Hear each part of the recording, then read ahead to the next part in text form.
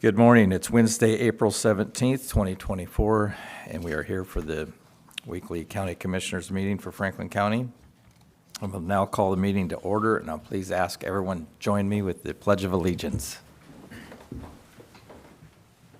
I pledge allegiance to the flag of the United States of America and to the republic for which it stands, one nation, under God, indivisible, with liberty and justice for all.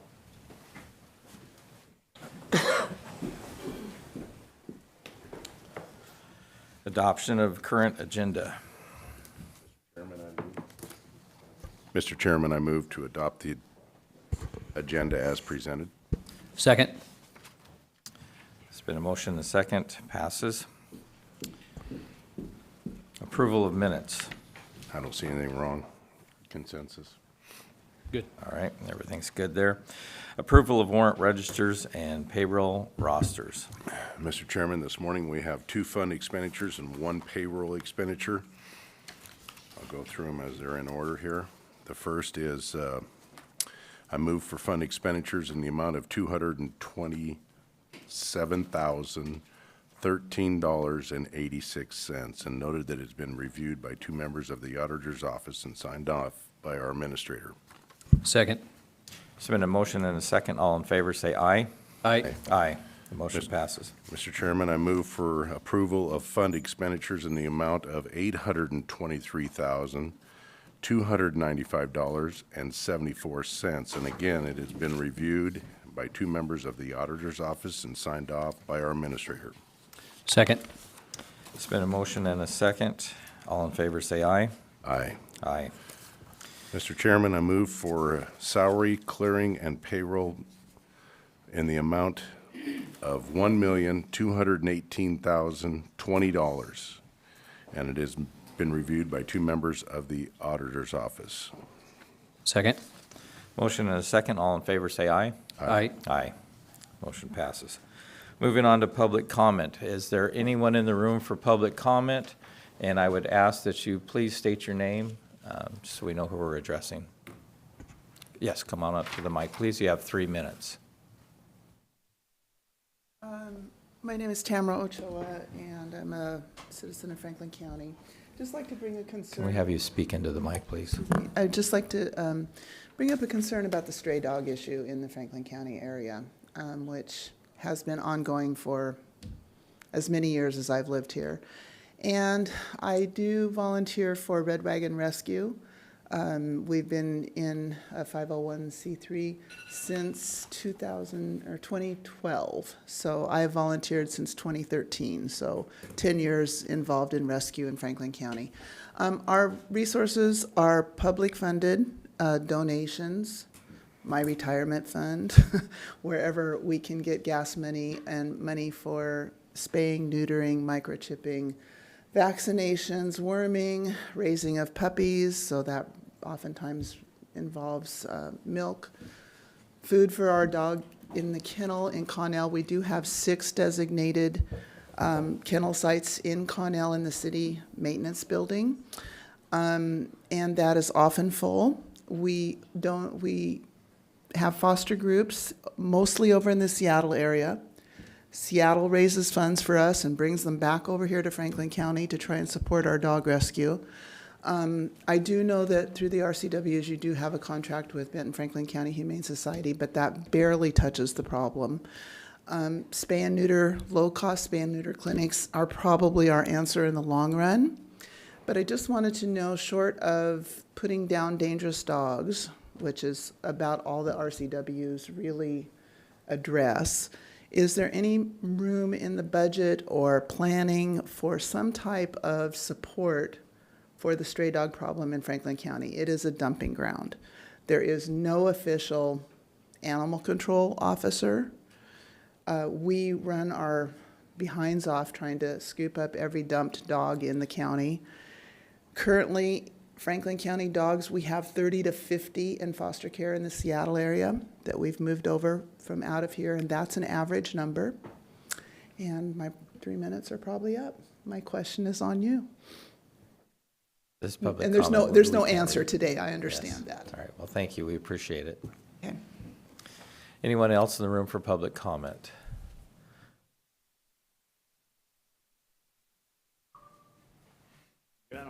Good morning. Good morning. I'm J.J. Dans. I'm here to represent the Columbia Basin Development League. And in the past, Mr. Peck was a representative for the Franklin County. So I asked, the Columbia Basin Development League asked me to talk to you about one of you members to be on the Columbia Basin Development League trustees. So I have a paper here, and they meet about 5 times a year. I think Mr. Didier there knows more about it than I do. But anyway, I think somebody on your board should be on that. The most important one is one meeting at the end of the year. They have a convention, or they have a meeting that tells all about the development of the project and where it stands in that, and they have the South District there as well as other districts. And anyway, sorry I'm a little nervous. You guys look kind of intimidating to me. All these nice suits and ties. Anyway, I am on that board on the Columbia Basin Development League representing the South District myself. And I go about 4 or 5 times a year. But in November is the most important one. It's about an all-day meeting, and sometimes they have congressmen or senators there at that meeting. And I think Grant and Adams County are both representatives on the Columbia Basin Development League. The league has been in existence for since 1964. So anyway, I'll leave you this paper. You can do what you please. Anyway, and welcome, Steve, to the County Commissioner Board. Thank you. I think I've known you since you was, what, 12 years old? You've known me since before I was a year old. Okay. Anyway, I will go. Leave this to the commission. All right, thank you. Gentlemen. Thank you. Anyone else in the room for public comment? Seeing none, do we have anybody on the phone? All right. Moving on to the consent agenda.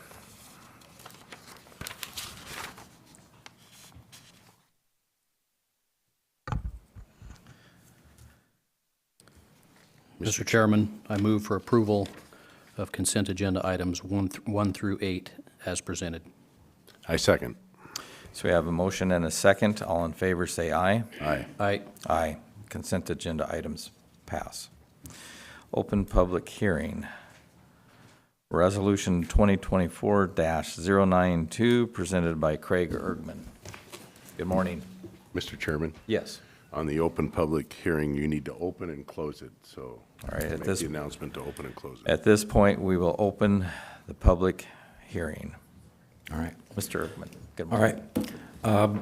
Before the board is our 4 county-owned pieces of equipment that the Public Works Department is requesting be declared surplus and authorized the Public Works Department to dispose of them at a public auction. The 4 pieces of equipment, which are part of the Equipment Rental and Revolving Fund, are a 2016 Chevy Silverado cab and chassis, a 2005 Mack 713 truck cab and chassis, a 1994 Heister roller, rubber-tired, and a 1987 Heister roller, also rubber-tired. It has been determined that the vehicles and equipment can be declared surplus, with the funds recovered from sale being part of the Motor Vehicle Fund per RCW 36.33A.050. The sale and conditions will be overseen by me, the Public Works Director and County Engineer, per RCW 36.33A.030 upon authorization of the Board. Upon declaring the vehicle surplus and selling at public auctions, the vehicles will be removed from the Motor Vehicle Fund records by the County Auditor. All right, thank you. Is there, where will they be dispersed at? That is yet to be determined. This is what auction house will use. They have to be declared surplus first, and we'll use one of the local houses. Okay. Any further questions? I have no questions. No questions. At this point, I will close the open public meeting. Thank you, Craig. Thank you. Mr. Chairman? I Yes. move for approval of Resolution 2024-092.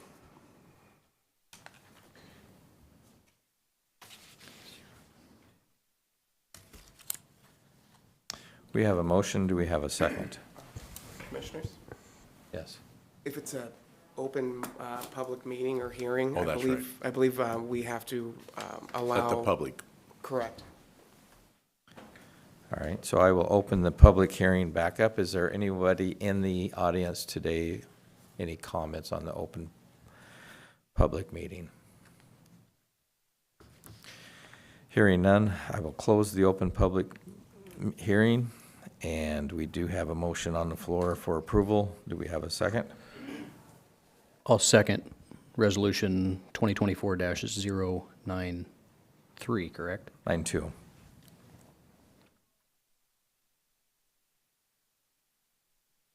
There you go. Got it. Okay. I'll second Resolution 2024-092. So we have a motion and a second. All in favor, say aye. Aye. Aye. The motion passes. Moving on to regular business. Presentation, KGH Recovery Center update by Chris Jensen, presented by Mike Gonzalez, County Administrator. Thank you, Chair. We have a couple special guests here, and you guys can be seated. And we'll move the microphones for you, but Chris is brought by Ms. Roach, special guest with him. And so, just to tee it up for folks, Franklin and Benton counties are partnering on the renovation of the Kennewick General Hospital. The purpose is to create a one-stop shop service for substance abuse, mental health advocacy. So Chris is here to talk about that and give commissioners an update on the hard work that's been going on. And a lot of us and myself have been involved with the Benton Franklin Health Advisory Board. So Chris and Ms. Roach, we're glad you're here. So thank you. All right, good morning. Welcome. Good morning, thank you. First and foremost, thank you for the opportunity to give you a little bit of an update of where the coalition stands, where the project stands, and answer some questions that I was pleased to have Commissioner Baumann at my table with the fundraising breakfast that we held at the Happel Center here in February. And we were able to chat a little bit at the high level about the center and its progress and whatnot. And Commissioner Baumann thought it might be useful to come give an update, not only to him as a new member of the commission, but to y'all in terms of where it all stands. And so here we are. I've got a number of handouts here. Most of it you're familiar with, just as reminders, but myself and Nancy are board members of the Benton Franklin Recovery Center Coalition Board. And Nancy will give a little bit more about the history there.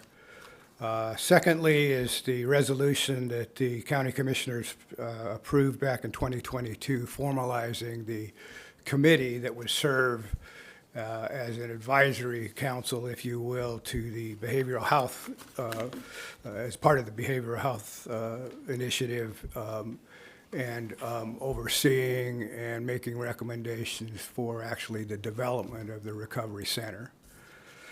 And then the services that will be provided by the center is the next handout. I'm sorry. Preceding that is the actual board member representation of the Behavioral Health Committee that serves on that committee overseeing the project.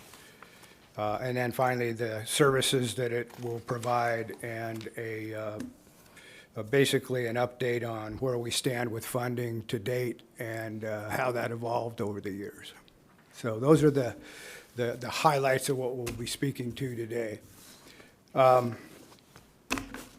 Before I turn it over to Nancy, who has been on this board and involved with this initiative much longer than I have, and really between her and some others, this whole initiative started at really the grassroots level with some concerned people who recognized the need in a Tri-Cities community for such a center. And over the years, have spent countless hours basically making this whole initiative happen. And now we're getting to that close to reality phase where things are coming together through to actually see the opening of the center here soon. So I can't take any credit for that. I just came on board a few months ago, so all the credit goes to others. But I want to tell you a little bit about my story and why I came on board and why I recognize this as being such an important initiative for our community. A little bit about my history. I started out as a law enforcement officer. Actually, my first job was with the Franklin County Sheriff's Office. I won't date myself, that's going to date myself, but that was under Dick Boyles, if anybody remembers him. So it's been a few years ago. Worked for the Sheriff's Department for about a year and then was hired by the Pasco Police Department and finished my law enforcement career there. I retired in the late 80s from the Pasco Police Department. Part of my job that I focused on with Pasco was getting into the detective division and focusing largely on major crimes, but most of it involved the drug epidemic that the community faced then. And don't need to, I mean, it goes without saying that it's become even worse than when I was in law enforcement years ago, and a true epidemic that we're facing in our community. When I retired from the police department, I still wanted to serve my community, so I ran and was successful in being a city councilman for the city of Pasco for 12 years. Again, much involved with trying to address from a bigger perspective the impacts that drugs, alcohol, behavioral health, mental illness affected our community. In 2014, I lost my son during a mental health and drug-induced crisis situation where he finally lost his battle with dealing with this epidemic since he was a young child. So I bring a perspective, and I only do this to say that, I bring a perspective having looked through the eyes of law enforcement, someone similar to your situation of having to, being sitting in an elected official capacity, trying to figure out how to address this best for your community, and then as a father who lost a child. To tell you the truth, when I lost my son, I kind of went underground for a few years. Just didn't know how to deal with it, and kind of mad at the world. But the last few months, I just decided, look, I can't go to my grave knowing I did nothing to help further this initiative with the Recovery Center because it's so woefully needed in the community. So that's why I decided to come out of my shell and get involved and do whatever I can to see this be successful. I don't need to tell you how much needed this is, but I also recognize that you got to balance a whole lot of things. You got a lot on your plate, and it's tough to decide where to put the energy, both financially and in terms of making something like this happen. Tough job. Recognize that. But I think it goes without saying that this should be, I think, for our community, top priority, because the epidemic is getting to the point where we're all being affected by it one way or another. So that's my story. That's why I'm here, and basically just want to give you an update as to where we're at with the project, and as we move forward, the things that we're encountering that I think will help you to better decide how the commission and Franklin County can support the initiative, and leave it to you and open it up for questions. So with that, I'll turn it over to Nancy to give you a little bit of history about the coalition. Thank you. Thank you for your time. It's really a privilege to be here. I thank you also for the support you've shown in the past for this effort. I want to just point out that this initiative has been really a beautiful combination of public and private entities from the beginning. Starting in 2018, the coalition was founded by a group of people who, all of whom had been dealing with substance use disorder or mental health issues within their families. And many of them realized the services we needed weren't available in our community. And so that's how the coalition started. And the first funding for this project came through the efforts of the coalition. These private individuals went to Olympia and were able to get the first $2.7 million. And because the president of the coalition was in Benton County, she went to the commissioners there. People like myself from Franklin County were involved also to make this a bi-county effort. And so that's the original start of this project, what came from the grassroots. From that point, of course, we have moved to a place where we now have the Behavioral Health Advisory Committee. Now, often people are confused about these two entities. The Benton Franklin Recovery Coalition is private. It's a 501c3. We continue to build momentum. We hold fundraisers to help pay for betterments within the center. But then there's the Behavioral Health Advisory Committee that was formed by the commissioners on both sides of the river. My son, John, wanted to be here today. He's a member of that committee. And because he can't be here, I'm just going to read what he wanted to share with you, if you don't mind. 2 years ago, I was asked to step into a vacant role on the committee after my predecessor tragically died of a drug overdose. After meeting with Commissioner Didier and sharing some of my own recovery experience with him, Commissioner Didier recommended my placement on the committee. I wasn't sure exactly what role I might play, but this committee felt like the best kind of bi-county collaboration in support of a desperately needed set of services in our community. Since then, as the Recovery Center vision has started to materialize, I've had the opportunity to serve on two subcommittees, one focused on communications and one on workforce development. The Workforce Development Committee has been part of particular interest recently as we've collaborated with the Dean of Health Services, Doug Hughes, at Columbia Basin College to restart the long-dormant Substance Abuse Professional Certification Program with them. It will kick off this fall with 10 to 16 graduates who will become some of the 100-plus new hires the Recovery Center will enable in our community. It's worth noting, too, that this was the result of numerous outreaches from our committee, and other community stakeholders, including one, I believe, from you, Commissioner Didier, a few years ago. In my 16 years in recovery, I've interacted with hundreds or even thousands of others in the Tri-Cities who would have benefited immeasurably from something like the Columbia Valley Center for Recovery.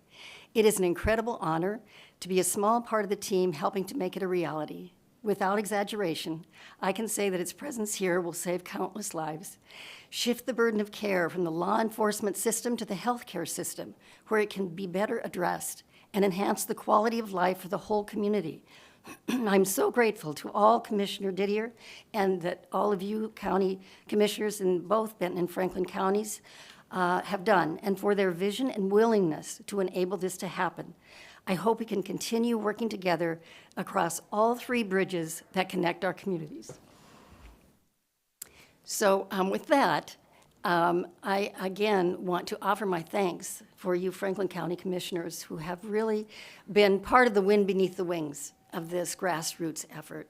And if there are any questions that you might have about where the project stands now, what services we will offer in phase one, and then what we intend and hope to offer in the future, we're available to answer any questions. Thank you. Questions?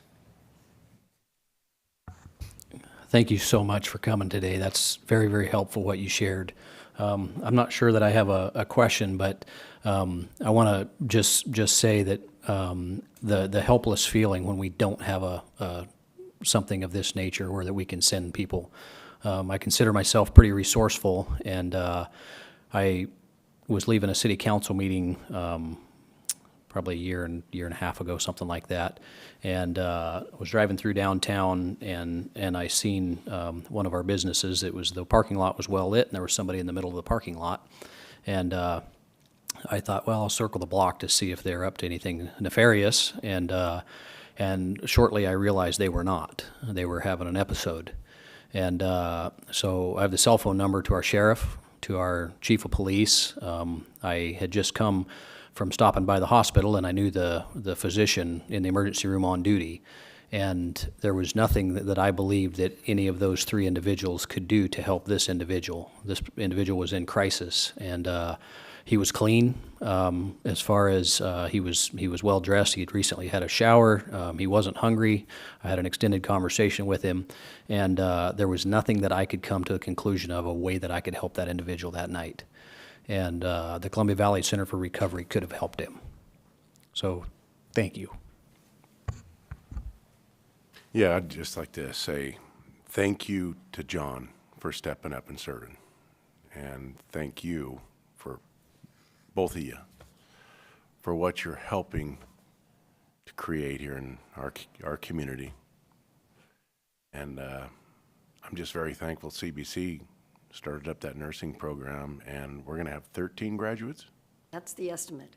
That's incredible, because that was we had a shortfall. There was nobody that could work in these facilities, and I'm glad they started it back up. So I just want to say, let's continue on the road. One question I have, made mention about the old KGH. Is that the building that we're going in? Because Yeah. I'm a little confused about, Benton County is using the Welch's facility. Is that an out now? That's not happening? Good. I think this is the better location. Yes, and I think that that evolved through, perhaps early on there was recognition, or at least there was concern as to whether or not, through federal funding primarily, it could house dual services of both mental health and addiction, being a one-stop shop center. And in preparation for if that were to have occurred, where they had to be separate centers, then the Welch building was procured for that purpose. Through much hard work of many, been able to overcome those hurdles to now have a one-stop shop center at KGH that will address a multitude of services, both for adults, youth, mental health, crisis situations, much as what you just described, addiction, both short-term and long-term. So really a center that services the entire community and many different facets of this epidemic. I will add that we are still in the budget validation process. So you all know this building, the original wing of the building is 72 years old. The infrastructure needs a lot of attention. So there have been some hurdles there, as Chris mentioned. But we've hired Boughton Construction, which I think you're aware of. They're a very well-respected firm. They're doing their homework. They're building a solid foundation for this project. And that's why it's taking a little bit longer. But we expect that by the end of this month, they will have made some decisions, firm decisions on where the first 4 services will go within that building. And, as you well know, the facility is huge, so it's going to be stages. So now it's carved out to be about half of the initial opening of the facility would be to address the initial phase 1 of services provided, and then with the foresight of as that center becomes successful and grows in need, that it can expand into the remaining portions of facilities in the future. And as funding allows that, and as the need allows that, so. And you can see the first 4 services there in your handout. Those of you in the audience can't see those, but I should probably just very briefly summarize. We're going to offer short-term treatment, a 24 or 23-hour observation and evaluation program, crisis stabilization, which would impact this young man that Commissioner Baumann spoke with. And thank you for doing that. Really, that's a beautiful story. Withdrawal management, so we don't have right now any place where folks can go if they are withdrawing from any substances, and a residential substance use treatment. So those are the first 4 services that we'll be offering. There is already conversation surrounding a couple of things. Transitional housing, possibly for those who leave inpatient rehab and then aren't yet ready to go out into the world, back into their environment. So transitional housing is something that we're looking at, and additionally, and I think most importantly, are youth services.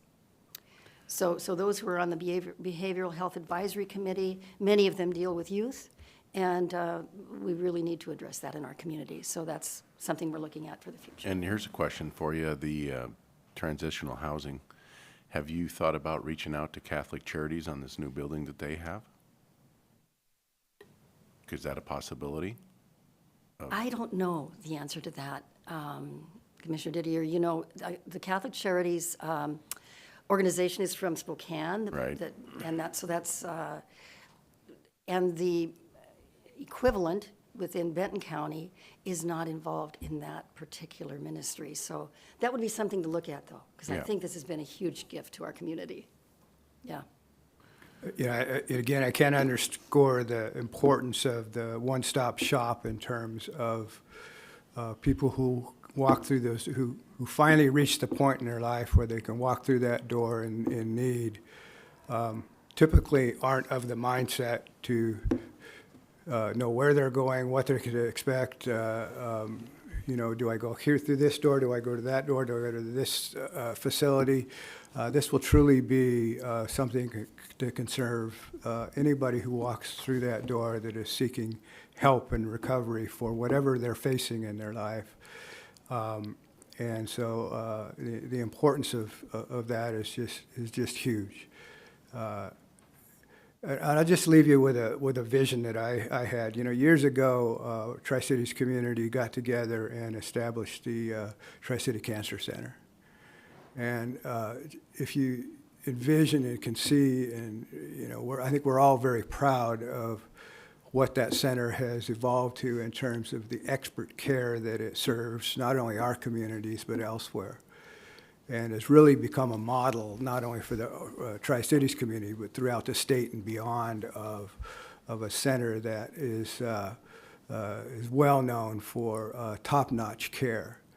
Our hope is that this will evolve in that same way, and one day we look back and see this recovery center, much like we see and recognize the importance of the Cancer Center and how successful it was to our community. So thank you very much. I just want to say one final thing. I'm sorry for your loss, but I'm so glad you're in the fight.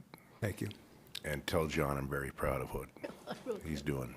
I will. Thank you so much. Here's John's statement. Oh, thank you, John's awesome. If it would be of value, that young man that I talked to for close to an hour, I got the doctor on the phone and at the hospital here and talked to him. I said, is there anything I can do? And so I have several clips of that I got on video of this young man in this episode. And if that could be helpful to describing somebody what a mental, episode looks like, I would be happy to provide that. It really tells a story well in a clip of what it looks like. This is almost 11:30 at night, and somebody that's just really challenged, and it could tell a neat story. Well, and when you have a center that is envisioned like the Recovery Center, that regardless, when somebody runs into a situation like that, what do I do? Who do I call? Where do I go? Hopefully it becomes recognized and top of the mind that, oh, there's a recovery center over there. It doesn't matter if they're in crisis through mental health, addiction, whatever they're facing in life. I know that there's somewhere that I can direct this individual to or help them get there that is going to have a good outcome. So that's exactly what what we're shooting for. So, again, thank you. Thank you so much. Thank you for your presentation. Is there any estimated time when you think the recovery center will be open? Go ahead, no, you go ahead, Chris. We're shooting for 2025, the end of 2025, to actually stretch ground and get this year with the remodel. A lot that goes into that. You're well aware that, or imagine, a 72-year-old building. One of the things that, like I say, about half of the facility is going to be the initial phase of construction. And the contractor and the board came together and had a vision of a certain area of the facility that would probably ideally fit the first phase. Well, lo and behold, there's issues with upgrading to code now, the HVAC system, the electrical system. There's issues about natural gas. And so, now it's, okay, shifting gears in terms of, well, what we thought might be the best start might have to be modified a bit. So that's occurring as we speak. And hopeful that in the next 45 days or so, we have basically a plan to move forward that addresses all of these issues that were encountered initially. Probably won't be the end of them, as you well know, when you start a project such as this, but we're hoping to have the doors open in 2025. All right, well, again, I just want to say thank you for all your hard work and your dedication, and say thank you to the taxpayers. We passed the 0.1% tax last year. Do you have an idea of how much money that has raised so far? We are just over 5 million, I think, in Benton County, and I think you're at about 3 here, aren't you? Yeah. I think it's a little bit more than that, actually. I want to say the last time I checked in with Tim, it was close to 7. So we've raised quite a bit of funds. So it's 7 in Franklin County? in Franklin, yeah. It's been quite a bit. It's growing, so we need to start Well, it's been utilizing. more in a year. So certainly Yeah. It has been more than a year. And certainly the recent clarification on, by the legislation in terms of where that money can go, it can go and can now be allowed for funding of construction of these types of projects has been clarified now. And of course, there was recently the opioid settlement money that was available, that a portion of that may go to this project as well. But certainly the 0.1% of 1% is both by Benton and Franklin counties is intended for this very type of thing, is to address behavioral health and addiction across the board. So, Well, it's a very important cause, and like I said, I just wanted to point out and say thank you to everyone and to the taxpayers for supporting the 0.1%. I think it sends a message that our whole community recognizes the need and Yes. are willing and to see it as important enough that to reach in their wallets and support it. Yes. Thank you, and thank you for coming today. Thank you. Appreciate it. So moving on to Resolution 2024-059, Inter-Budget Transfer Sheriff's Office.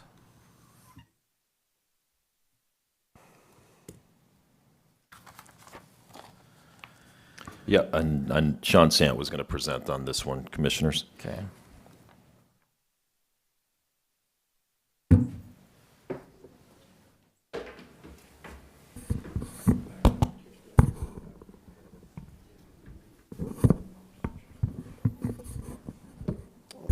Thank you, Commissioners. I had an opportunity earlier to kind of give the board members individually a kind of a summary. I provided one to Mr. Gonzalez to review and kind of highlight some of the issues. I was basically asked to review this. Both the Sheriff's Office, Auditor's Office had contacted me and trying to figure out how to best resolve what I believe occurred during the budget hearing process as far as funding for a vehicle. Just if I could, for a recap, this goes back to a presentation by both the judges as well as the Sheriff's Office the judges, I think, made a decision because of the inherent risk with the training requirements and a lot of changes of burden that is placed on individuals that are employed with law enforcement agencies or similar responsibilities, such as doing bailiff duties.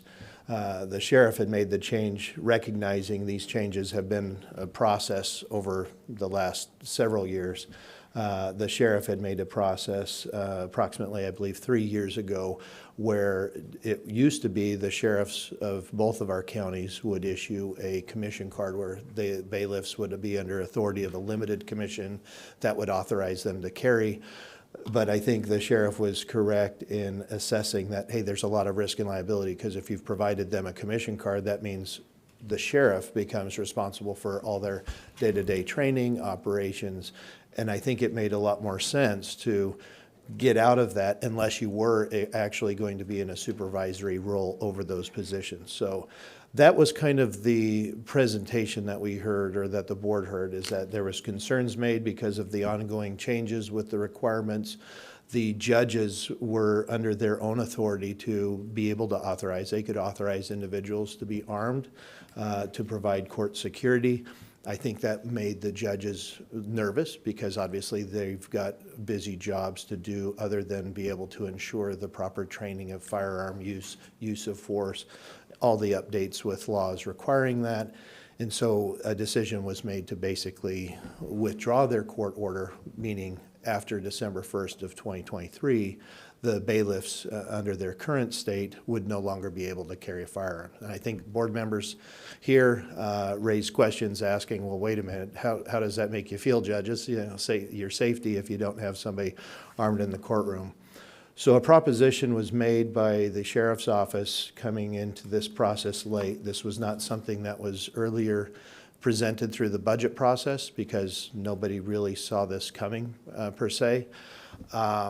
And the sheriff's office essentially made a proposal at an open board meeting on the 29th of November that basically outlined, hey, look, this is what our ask is. We are asking essentially, if you want us to do it, we're going to eventually need to fulfill this with 4 FTEs. One was going to be for a lieutenant or a supervisor position, and then the 3 other deputies that would be assigned for courthouse security would be implemented. I think there was a lot of discussion back and forth as the needs would change depending on the needs of the court. Sometimes we've had 2 trials going on simultaneously. So if the sheriff's office is going to fulfill the role and duties that were typically provided by bailiffs for court security, you would probably need to bring in more. And so there was a discussion of the need for overtime, discussion for the need for adding up to 4 FTE. There was also discussion recognizing that, hey, that would be a big ask to come in at this hour, essentially late hour in the budget process, recognizing that we already were looking at some budget shortfalls. So the presentation was basically consolidated down to, hey, this is what we really need to get by to start us off. Sheriff deputies are basically movable assets. The sheriff's office has several different divisions. They could be tasked from being in the court one day. They could be tasked to being on traffic or get promoted over time, where all of a sudden if they're in the courthouse assigned as providing courthouse security, if they get promoted, then they might have to move outside of that and get reassigned either to detectives or patrol or other means. So when the sheriff office hires a deputy, they are basically fully trained. And I think this was part of the discussion with the board, is that in fact there was a little bit of discussion back and forth that, hey, the same threats that sheriff's deputies would face in a courtroom setting, even though we hope that one does not bring in weapons into the courthouse, they have to be just as trained, and the sheriff is legally obligated to provide the same level of training for a deputy regardless of where they're assigned. If they're assigned to Marine Patrol, they're going to be required to take on additional training responsibilities for boat safety. Likewise, for courthouse settings, there's going to be a little bit different training for that. But anyway, the summary that I've reviewed basically goes through what was presented, and included in that presentation on the 29th it basically outlined, hey, this is where we're going to probably have to go. At some point, we're going to have to add up to these 4 additional positions. In the meantime, the immediate need was we needed to add 1 FTE, basically adding a new patrol deputy to their roles, which would require the purchase equipment of a vehicle. Sheriff deputies frequently are called out. I know that there's been a couple times when I've responded to a case, serious incidents up in North County, and it's beneficial having sheriff deputies be able to respond from their homes if they live throughout the county, being able to respond directly to the scene rather than have to drive sometimes 20 or more minutes to the sheriff's office to retrieve a vehicle. I think that's been the benefit, and that's kind of the practice around the state, is most sheriff deputies, in fact, even some departments have gone with the issuance of a vehicle to each officer. I think they've found that by issuing a particular vehicle to an individual officer, it creates a sense of responsibility. It's hard to blame that somebody else drove that car and caused a big dent in it if you're the only one that operates that vehicle. So there's a lot of benefit to having that, but really what I was looking at when I was asked to review this and figure out kind of how do we resolve this issue with the purchase is I basically just watched the meetings myself, looked at the conversations that were discussed, recognizing that there was also a discussion of trying to figure out ways of how to save money through the budget process. I think part of the confusion was there was a discussion at some point. I didn't really find any kind of long discussion through the review process, but it sounds like there was reference to holding off on the replacement of vehicles within the sheriff's office. Typically, I think it was presented that about 4 to 6 vehicles each year are kind of cycled through to replace. So that way you're not replacing an entire fleet all in one year. You kind of space that out as vehicles accrue miles. The age of the vehicle, there's a kind of a review.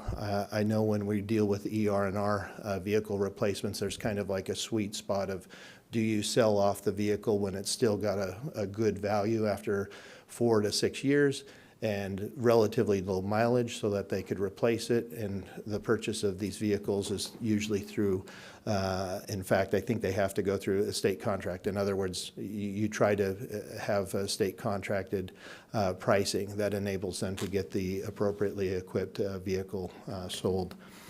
So when I was reviewing through this, I see the presentation. It details on the 29th of November. This wasn't really part of the budget discussions formally, but it was basically, it's important because the presentation basically detailed and outlined that there was going to be a need for a request of overtime, a significant amount of overtime, because there was, the request was for just 1 FTE, knowing that there was going to be approximately a need for I think $52,000 additional money in overtime to help fulfill that position. But what I thought was important is that it does detail and outline the request for the vehicle for the 1 deputy position, indicating to the board that, hey, probably in the 2025 budget, there's going to be a need to ask for more personnel to be able to absorb these new duties that are now being taken on by the sheriff's office. And I think everybody agreed that made sense. It makes sense to have a law enforcement agency who is up to date. They're an accredited agency. They know the requirements for training their individual officers. I think everybody kind of agreed that that was probably a smart choice, although I don't think anybody liked the fact that, hey, it was kind of happening at a time when the board is trying to resolve the budget concern. But I think those are kind of the 2 elements that are going on, is that there was a presentation that detailed the need for the vehicle. That amount was then transferred over into the budget discussion on December 7th. And December 7th, typically the auditor's office will go down line by line for each of the requests that are made. Essentially, all of our departments, we submit a budget, it'll put in the request. So basically the big highlight to the board is a capture, and I think that Tim did a good job in doing that process, where it basically captures, hey, these are the new added requests. Like, these are the individual departments. There was some requests made for the Office of Public Defense. That's been a big issue with changes, but also the assessor's office had some additions. My office had a change that was on there. And the usual process is in the column next to the request, once the auditor's office, and this was Mr. Anderson, as he goes down the list, he's waiting to hear for concurrence by at least 2 board members. Once there's 2 board members, then there will be a mark. Yes, that's basically been agreed to and approved. One of the things that I think is important, in at least my review of this as I'm looking back and trying to gain context, is the presentation that was done by Commander Connor on the 29th of November, detailed and outlined. It was basically a request for $232,854. So that amount basically was transposed onto the discussion with the board on December 7th. And there was kind of a lengthy discussion back and forth of the amount. There was some indication, I believe, discussion of how they could fund that. Like, could they just take that now from the bailiff side so it would make it essentially a wash? And that was discussed, I think, by the judges when they came back and clarified their request, as they have a need for these positions, even though the duties might change at some point in time. There was reference that they're currently under contract, and so there would be a need to continue those positions in their current form for some time. So eventually, the discussion on the December 7th goes through. I think there was kind of a pause. I think it was Commissioner Peck initially that said, it sounds like, based on the presentation of both the judges withdrawing from the courthouse security, the sheriff basically saying, look, this is a new requirement on them. They don't have the resources to just do that without the need for increasing their staffing. And the presentation on the 29th of November referenced that, hey, we can do this with 1 FTE addition, but also with additional overtime, as they're going to need to supplement it with additional patrol deputies for security. So eventually, after approximately about 20 minutes in that discussion, there was basically approval, and I believe it was Commissioner Mullen that basically says, look, it appears that this is what we're given, this is what we're presented. It seems like there's no other way to address this or fund this. And so that was where the column on the right indicating that approval for that amount of request was marked on the Excel sheet, and the board continued its process throughout that budget meeting.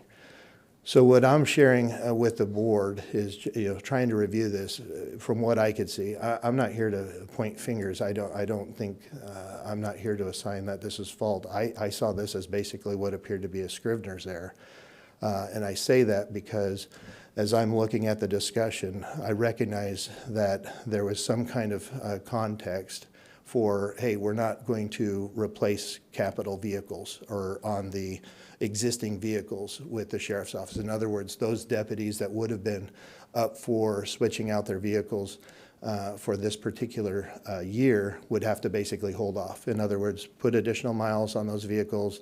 They'll get older, might not get as much value on the return, but that's a cost savings essentially to the county.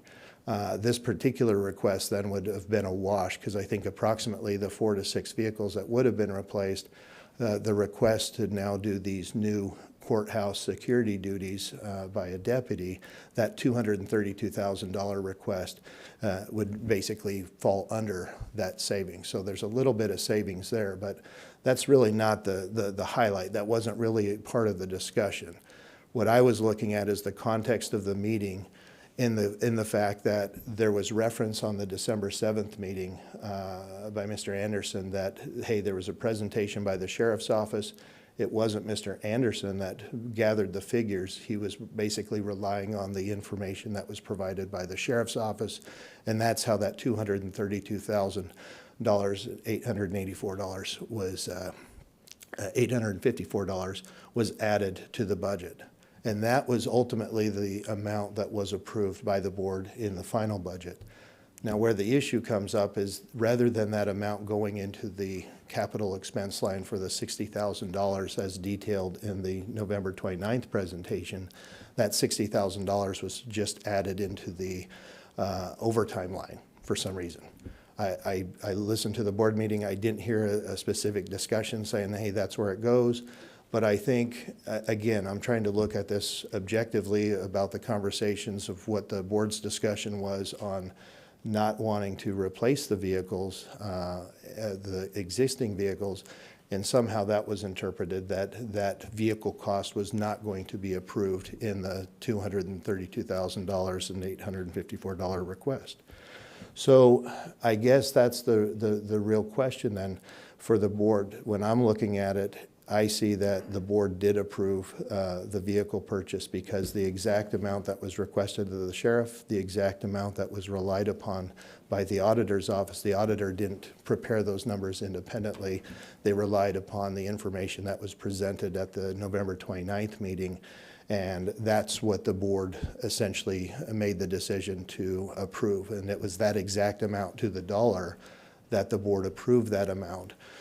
At a later point in time, that money was discovered to not have been moved over into the line where they would draw from for purchasing a vehicle. Vehicle was purchased, request was made for the auditor's office. The auditor said, hey, wait, that money wasn't placed in that capital line. There was an email sent a couple days prior to the purchase, I believe the purchase of the vehicle, that clarified, hey, the money wasn't in the capital line. It wasn't moved in the proper space. Looking at the meeting, though, it appears clear that the board did approve that expenditure. So simply, when there's a question, I think the auditor's office can move funds when they recognize that, hey, this was the amount approved, we just didn't have the money in there. But I think in this case, there's a concern that the auditor's office wanted to make sure it was brought back to the board's attention. And I would agree with that. I would agree that it does take the board to make inter-office transfers. This is not a new appropriation. It's the board that would need to move that money. Looking at this, I think this is something that we could either address later on for trying to change perhaps a process of how these expenditures come to the commissioners, so it's very clear for all involved. But again, I'm trying to look at this, you know, me being a prosecutor, I look at this from a kind of like how I'd present a case to the court, looking at what I'm hearing, what I'm seeing, the amounts that were approved at the meeting, and the very amounts that were requested by the sheriff and detailed as far as how they wanted that to be spent and how it would be spent was detailed in their budget. So that's where I'm coming at from the board, is I recognize that we have one of our members in the community, a business that's done long-standing business with us. They saw this purchase request and they honored that, and I want to make sure that we're looking out for them. Obviously, there's certain issues with claims. They're eventually going to come to the board and ask to pay it, and that would make us do another review and look through and see what was discussed at the meeting. And it seems like this amount was appropriated as requested. How it got put into a different line on the final budget, I'm not involved in that process, but what I'm looking at is just the discussions of the board. The request was approved on the December 7th meeting. That amount was continued into the final budget process on December 8th, and when the final budget was approved, it was just not put in the line. That dollar value, that $60,000, was placed in the overtime line. So is it your opinion that the inter-budget transfer should have taken place immediately when it was discovered as a Scribner's error before purchasing the vehicle? Because I believe the issue is the vehicle was bought after the fact that was pointed out that the budget had an error. I think that's correct, and I think and I don't know everything that went on. Again, I'm just trying to present this to the board as my review. And when I see that error was highlighted, I look back and see that, okay, it's clearly a Scribner's error. It wasn't that the board did not intend to authorize it. I agree. There probably would have been a better practice to, hey, come back to the board to get that clarification earlier. And it seemed like what happened when there was a presentation later on, I think the presentation was made in a sense to make it as a new request, rather than my review of the case, looking between the two dates of the hearings between the November 29th and the December 7th meeting. it appeared that it had already been approved. And I think what happened is the way it was presented to the board was almost like an ask or a reopening of discussion for whether or not it should approve, rather than it should be, hey, look, this was an error, the amount was approved, because I don't think anybody went back and actually reviewed the details until after the fact. But I'd concur with you, yes, a better practice would have been to come in and try to get that resolved. Nonetheless, I think the issue is it was approved on the record. It's just a matter of making sure the funds were in the right spot and moving it to the right spot, so. Well, I guess we can chalk it up for experience and better judgment next time. But when there's an error, it needs to be corrected before we go out and spend the money. Any other questions? Yeah, I got a few questions. The vehicle that's in the process of being purchased, is it a brand-new vehicle? I believe so. I believe it was purchased from a Curly. And it's brand new, it's 60,000. I believe so, and I think that's under state contract. I think the invoice I saw come in is approximately 54 something, almost 55, but then there's the lights, sirens, and other equipment that goes into it. Just want to make sure that it's a brand-new vehicle. Yes. Because we do have vehicles out there in our yard through the ER&R that we could, I know Mr. Gonzalez is driving one, and it's a nice vehicle. My second question is, the sheriff's office is no longer part of ER&R? I don't know when that came. That came up in the discussions when I was asking. Because in government, we have checks and balances, and I'm just trying to figure out why we have one department that's not included in ER&R when the rest of the courthouse all goes through that process, and this is one of the means for checks and balances, and why we have one department that's not part of ER&R.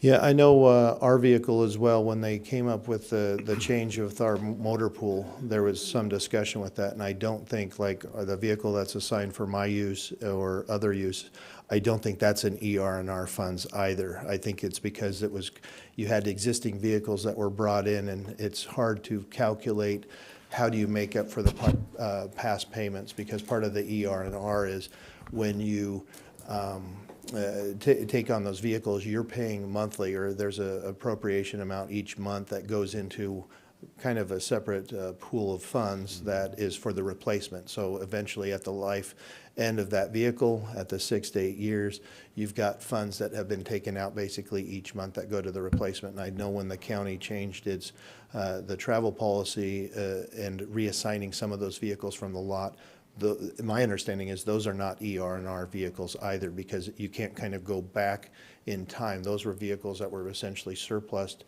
from use from various departments, and then they were reallocated. And so there is a process, and I don't know what the basis. I know there's been some argument in the past. I know other departments, I don't know if that's still the practice. I know the couple assessors ago, they used to go out and buy vehicles, older vehicles, and they basically kept the revolving fund within their own office. That did come up, though, with a recent discussion with the auditor of, one of the discussions to look at is if we are funding a public works department that is covering all the fleet of vehicles, do we get more bang for the buck by having them service all of our vehicles, even though it might be a little bit higher value? And I think that's worthy of a good discussion, and that might be something the sheriff could be saving money by doing it in a different way than the ER&R. I don't know, because I know that's how it was done with the assessor 2 assessors ago, where he did have vehicles, he kept them longer than what would usually be rotated out with ER&R, and I think he found at the time that that was the cheaper way to do it. But that would certainly be something that could come up for our budget discussions, I think, for the 24-25 year to look at and really get a good hold for the commissioners. Well, I think it'd be a great workshop for us to go through and find the ins and outs and what this all involves, because this is my 6th year as a commissioner, and I'm still learning. And this is one of the things I'd like to know more about, is ER&R and how it works within the county government. Yeah, because I think inviting the sheriff, because I think the sheriff is probably from a separate department from Public Works. Sheriff probably has a majority of vehicles, and it could be that perhaps the way that they run their vehicles, that's a cheaper option. If we go to ER&R, I know there's going to be an initial increase, and that was one of the things that I looked at when trying to add a county vehicle. I chose to go with that, the option of the voucher or the monthly stipend for travel, because when I talked to Public Works, they said, well, here's the problem. If you go out and take on a county vehicle, you have that initial cost, but then you have the monthly cost after that. And I said, well, tell me, is that cheaper than for me to just get the monthly allowance for vehicle use, even though it wasn't equipped with some emergency safety lighting that I had thought would be appropriate from a risk perspective, like when I was out at a couple scenes off the highway. I thought it would make sense. So eventually, we did have a vehicle that became an option. Ironically, it was from one of the sheriff's vehicles when they came to the time of replacing. So I basically got an 8-year-old vehicle. It was in good condition, and that worked. But my vehicle is not an ER&R. So I know there's some discussion of, hey, how can we do things differently? I think when you purchase new vehicles, there's a lot of protections. When you buy vehicles that are specially equipped for patrol, there's a different life cycle because frankly, they're used very difficult. They're used under difficult circumstances. They're powering a lot of electronic equipment now. In the summertime, that means they're running almost 24/7. The air conditioning's on all the time. The equipment, and that's why those vehicles tend to have to be replaced on a rotating basis, like 4 to 6 every year. So I think that's a good discussion because it's a high dollar value, and it would probably be worth figuring out, hey, do we need to change the way we do things with vehicles? It is a big cost and expense to the county. So Commissioner, no, the sheriff's office vehicles are not under ER&R. ER&R is essentially a lease program the municipalities do. You couldn't afford to lease patrol cars, keep them under the mileages, and all those type of things. All the cars that are purchased in Franklin County and through the sheriff's office are done by this office. The purchases are done. Titles sit in the sheriff's name. Surplus those, the titles are signed over and returned back to the county to auction, so for auction purposes. And so those are the vehicles you're seeing up north. Mike's car, the prosecutor's car, all of the cars that people are driving are all sheriff's office cars that I signed the titles over to and gave to the county administrators so the county could start having vehicles assigned. So those are all essentially sheriff's office cars. But when you do an ER&R program, what you'd be doing is, by the time you put a car together, go through a lease company, you would see probably nowadays between $5,000 and $6,000 a month for a car, to lease a car through ER&R. And then you'd have to be prepared to turn it over within 2 years, stay within the mileage requirements. That's why we actually purchase cars outright for the county. There's specific state tax dollars that come in that just comes in for sheriff's office vehicles, maintenance, patrol, gas, purchasing, et cetera, and there's money that's, for lack of better words, is earmarked, given specifically to this county, and this county only for the purchase. That's what you suspended this time around, going, don't buy cars. And we have not bought any of those cars. Instead, we're averaging about between $20,000 to $30,000 so far in just repairs of our older patrol cars. And eventually, the process of not buying patrol cars will catch up with it. So what we've tried to do over the years is purchase enough cars that we can rotate and maintain a safe fleet. Cars are then assigned out to each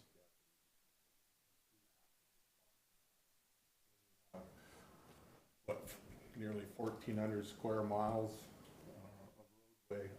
We have to have every deputy be able to respond in emergency situations.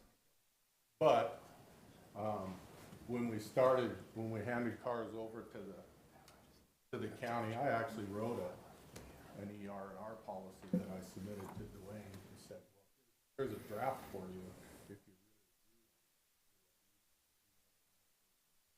really. So Sheriff's Office has one vehicle under the ER&R program, and that's a transport vehicle that we transport prisoners across the state. What is typically the lifespan of a patrol car? Depends on the use.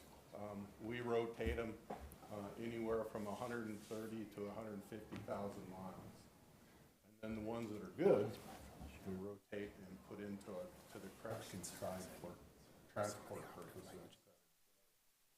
So we generally are getting rid of patrol cars when they're no longer serviceable.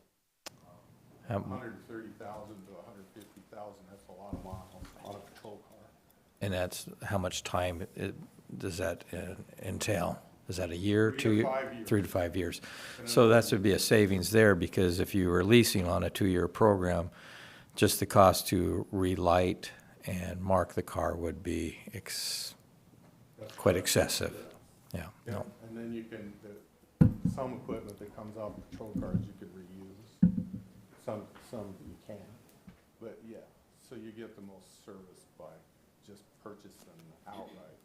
Now, we try to purchase as much as we can from our local dealership. I do appreciate that. Yeah, Thank you. We use McCurley and Ford and those type of things, but the law dictates that we generally purchase by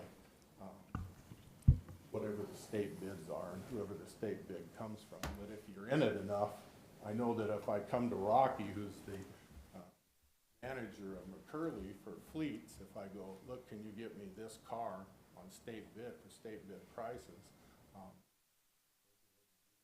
Try to funnel that right through our own businesses. I do appreciate keeping the business local. Yeah, I think it's pretty important. It is extremely important. Commissioners, any other questions?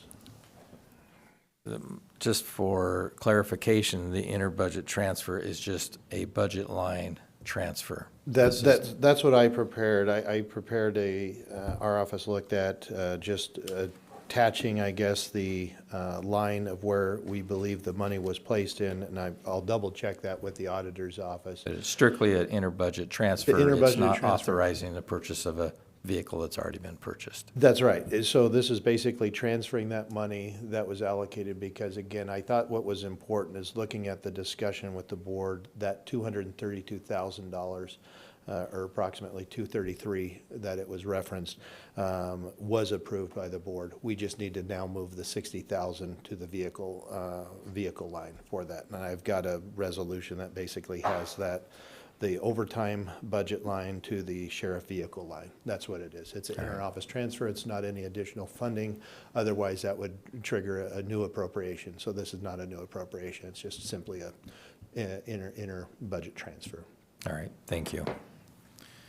Any other questions? Mr. Chairman, I move for approval of Resolution 2024-059, inter-budget transfer in the Sheriff's Office.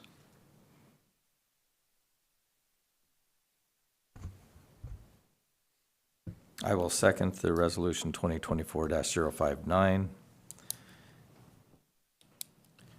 All in favor, say aye. Aye. Aye. Aye.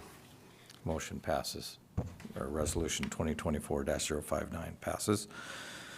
Moving on to resolution 2024-082, ideal option amend number 4. Good morning, or good afternoon almost, I guess. It's still morning. Welcome.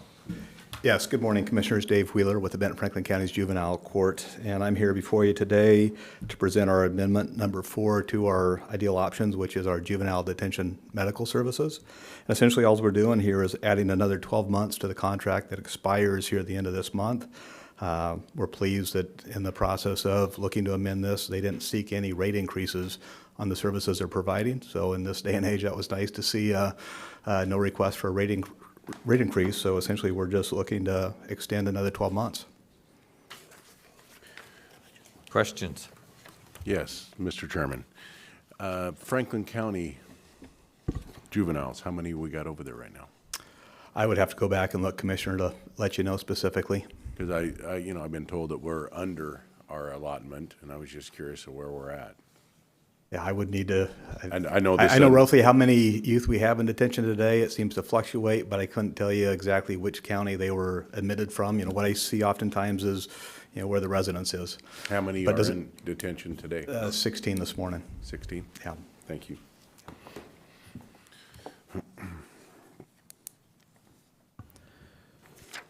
But I will fact check that and email you. I appreciate it. Thank you. And if you'd like to know specifically how many are, whose crimes were committed in Franklin County, is that what you're interested No, in, just or who number- reside? Just number of individuals from Franklin County. That reside in Franklin County? Yes. Okay. Mr. Chairman, I move for approval of Resolution 2024-082, Ideal Option Amendment Number 4. I second. There's been a motion and a second. All in favor, say aye. Aye. Aye. The resolution passes. Thank you, Commissioners. Thank you. Thank you for coming in today. Resolution 2024-091, initiating a county road project, Glenwood Bridge replacement, presented by Craig Ergman. Yes, before the board is a resolution to initiate the County Road Project 637, which is the Glenwood Bridge replacement. This proposed project will replace the structurally deficient timber bridge with a pre-stressed concrete structure. Estimated cost for this project is $3,082,000, with county match varying from 0 to 13.5%, depending on how fast the project can be delivered and obligated. Also along with that will be the next resolution, which would be authorize, approve the prospectus and enter into a local agency agreement with the Washington State Department of Transportation to obligate the first $450,000 of the funds to begin engineering. Not to jump the gun on the next resolution, but the two are tied together, so it's easier just to explain them both at once. And so on the second resolution, there's no matching funds or? No, this is since we're obligating rather quickly, and these are for preliminary engineering funds, this is for us to start the process of getting the bridge designed and stuff. So we shouldn't have any matching funds. All right. Questions? Thank you. Preliminary engineering, $500,000. Can you share a little bit about that? It's a pre-stressed concrete structure. What is an engineering of $500,000 needed for something that's essentially already designed? Well, each bridge is different. There are no, there's no. This is a 93-foot span bridge, so this isn't, a plug and play. We can't just go off the street and buy and these pre-stressed girders are poured for each bridge. They are custom made. I appreciate that, but a pre-stressed girder is something that is very known and used every day. Oh, absolutely. But it takes a certain amount of design by structural engineers to do that. So that is a reasonable number. I believe it is. We may hit under it, but we like to make sure that we've got enough because there's been in this business a long time. There's always surprises along the way. And this No, is, I appreciate that. I just, working with engineers on a weekly basis, just, dividing that number by the cost hourly, and I did that, and I couldn't hardly imagine that it would take that many hours to. there's also to do the design. our costs on our side of it too. There's not just the consultant's cost to design the structure, but we have, obligations in the environmental and all that stuff that's taken care of in our office. So it's not just a straightforward design. There's a lot of pieces to the preliminary engineering part of it. Thank you. No further questions. So this is replacing a wooden beam structure bridge? Yeah, it's a wooden, wooden stressed. It's a 3-span bridge with that's timber, and its outer girders have given up the ghost, and we're starting to see some problems on the inside. So what do you do with the wooden girders? We will salvage whatever we can because we have several wooden bridges on the system. So we find that salvaging the timbers and reusing them for repairs on other bridges is to our benefit. If they are, the rest of them, end up in the garbage. But we try to hold on to what we can because we do have a use for them. Okay, I guess my only question was if there was a need to keep them to reuse them, or if they would just be better off sent to auction.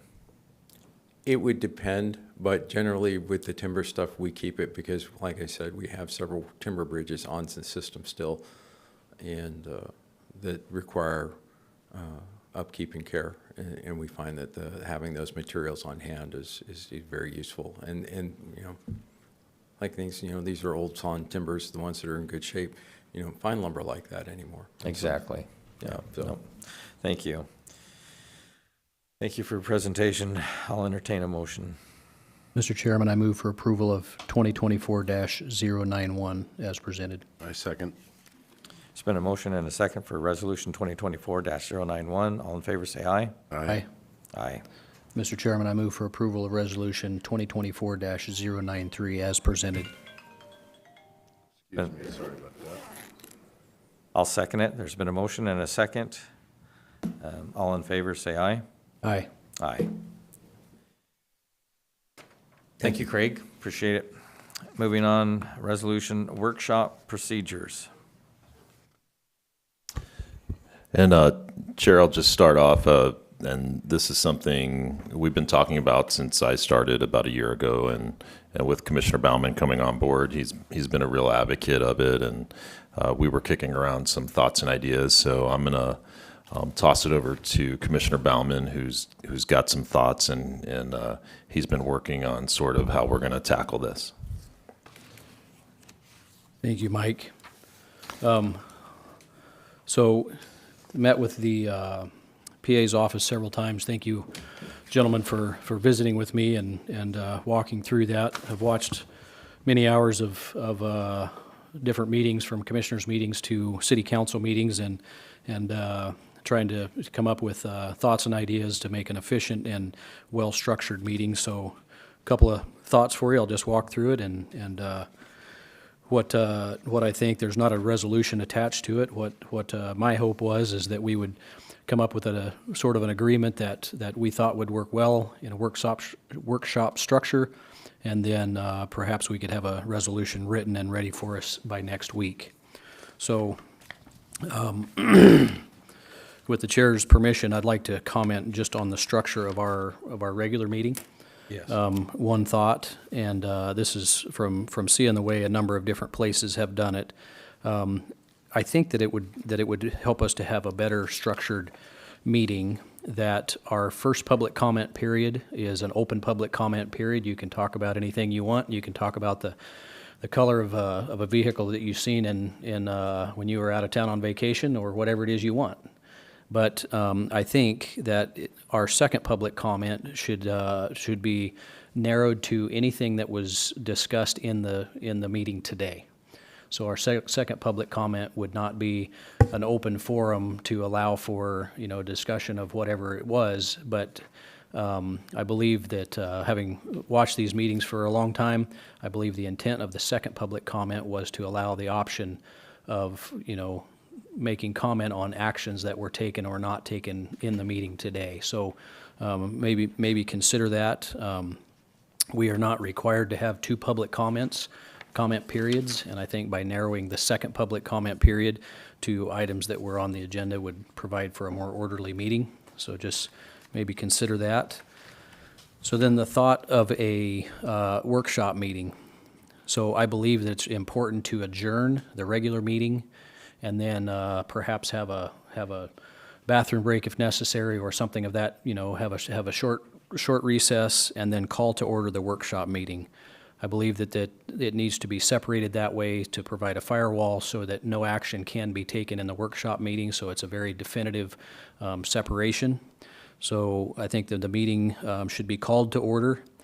There would be an agenda for the workshop. There would be a call to order, an adoption of the agenda, and then there would immediately be a public comment period. And a workshop meeting is not required to have any public comment period. However, I believe that it would be wise to have one.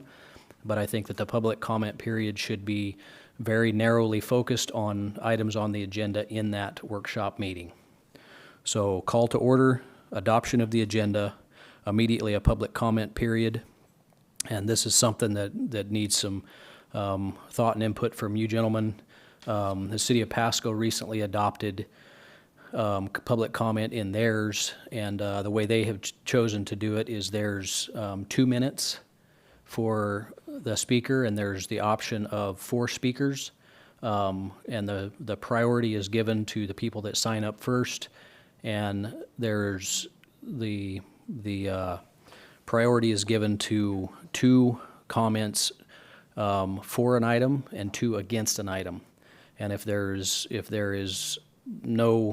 not 2 and 2, then as the order of somebody signed up, then that preference would be given. If there's 4 comments for and none against, that's fine, but it would be limited to 4 comments.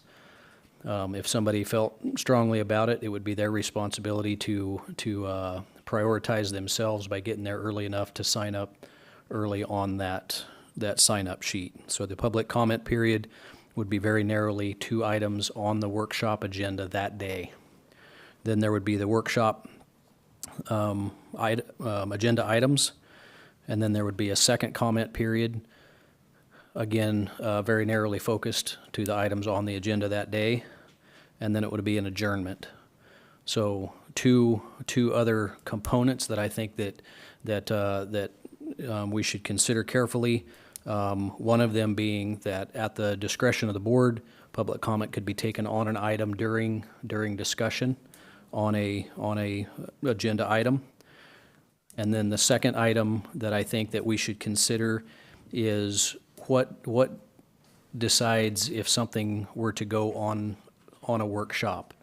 And so this is food for thought, is if we were to say that we wanted anything that had a fiscal impact of $25,000 or more, that it needed to come through a workshop process.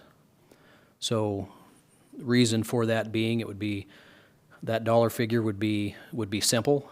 Today on our consent agenda, we approved the leasing of a copier, and that's something that's considered routine and normal.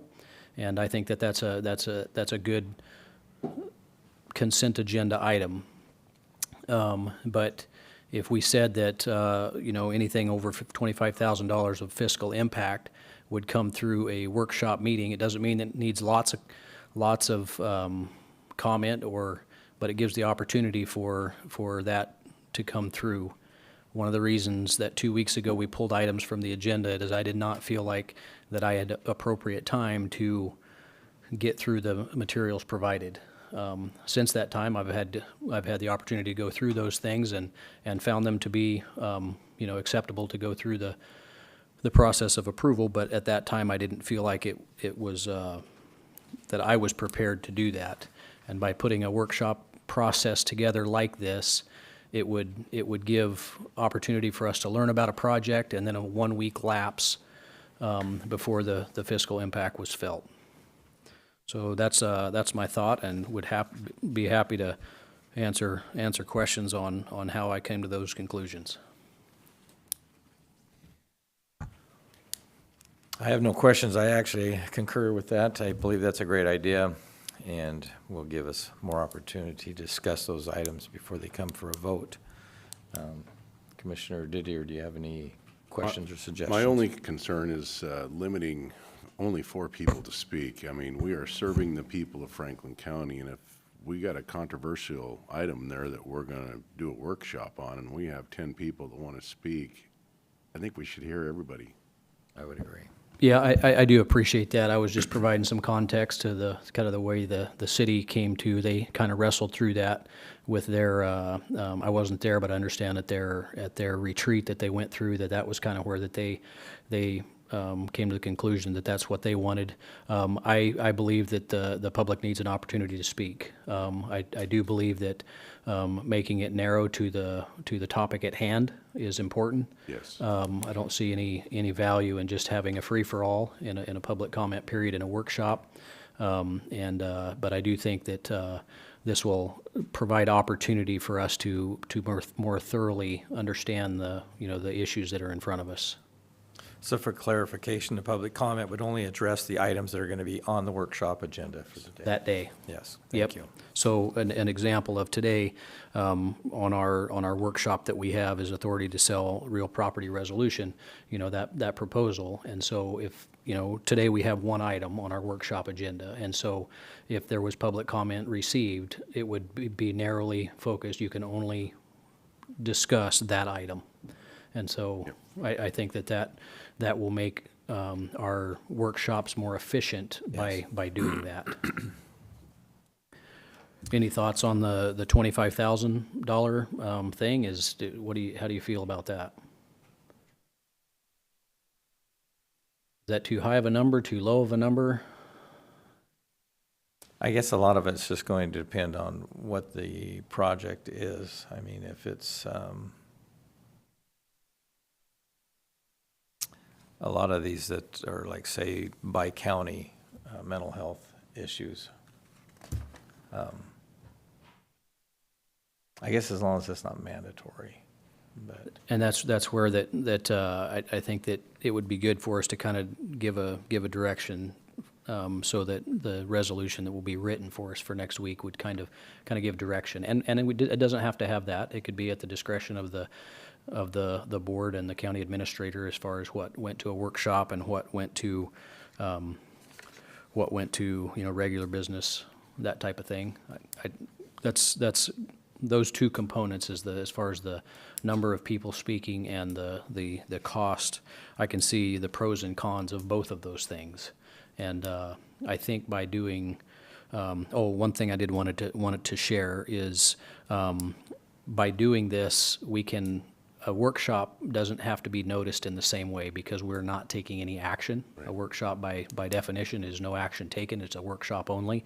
So because of that, we don't have to have the same noticing requirements as far as, because there will be no action taken. And so, Mr. Stover, maybe would you just share your thoughts kind of as we went through this process, any thoughts you have on this conclusion that I've come to? Well, I think you've done a fairly good job of laying it out. I do appreciate the narrowing of public comments after the first public comment, which could be open to any concern a citizen has about anything. Narrowing any further public comments to specifically the matter at hand should streamline things. Making clear that at a workshop we're not taking any action and having a break seems to make sense to me, just so that there's no confusion as to when the board is acting, or I don't know that I have anything really to add other than hopefully this will help us make more deliberate decisions in the future. Thank you. And one thing that you and I had talked about, just for the benefit of my fellow commissioners, is we talked about if we, on a workshop item, if we needed to give a definite time. And as far as we can tell, we do not need to give a definite time. So we can adjourn our regular meeting, and at that point, we can call to order a workshop meeting, whether that be at 10 o'clock or at 1 o'clock in the afternoon. It'll just be publicly noticed that this is the process that we will use, and this will be the workshop timing. Yes, the definite time will be immediately following our regularly scheduled meeting. Thank you.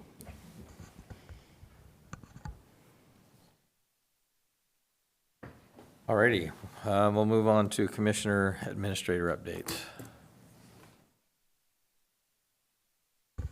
Thank you, Chair. Hang on, let me get to my notes real quick.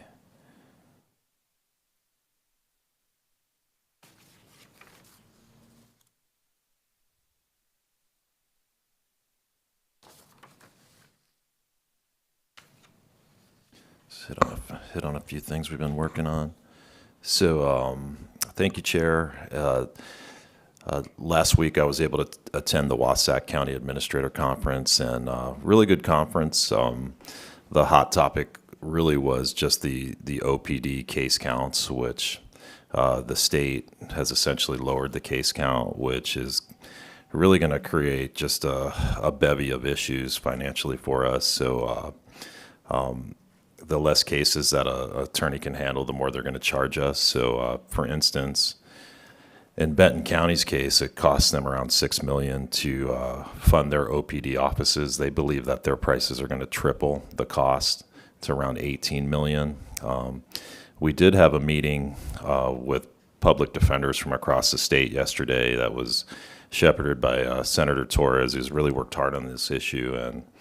And when I made the case that, the state's going to bankrupt counties across the state, I was told, well, this isn't about money. It's about defending the individuals, which I truly wholeheartedly believe in 1,000%, that we need to defend, in particular, indigent defense as much as we can. But, really what is the cost to counties? Because these are the definition of unfunded mandates. So Larry Ziegler and his staff are going to present, hopefully if we decide in workshop form or bring it before the board, but really just a pressing issue that we've got to deal with. So that's something I really just wanted to get out in this report to the public. Other things, been working with Commissioner Bauman on the state of the counties. So Chair, with your permission, I know we talked about this a little bit, to defer to Commissioner Bauman to have him present during that Tri-City Regional Chamber event. I'll work with Commissioner Bauman on the presentation and keep it positive, and any, I guess now may be the appropriate time, any particular topics you definitely want in there, but I can certainly, keep you up to date on how that's going to go. But Commissioner Bauman stepped up and said he'll present, unless you want to do it. It makes no difference to me, but I do have several topics that I think need to be addressed, and one of them is the emergency radio system. I have some really big concerns over the transit. Okay. And it really should be up to the public to decide whether to take away 1/10 of 1% from the transit. Because the reality is, we do not have the money to fund for the emergency radios. And it's going to end up more than likely being a tax. It's public safety tax added on. The transit clearly has funds in excess. And I think it should be up to the people to vote whether or not they want to support taking away the 1/10 of 1% from the transit, so that we just don't keep increasing the tax on our citizens, because the emergency radio system is going to be a very expensive ask, and it is extremely important for the safety of everyone in the county.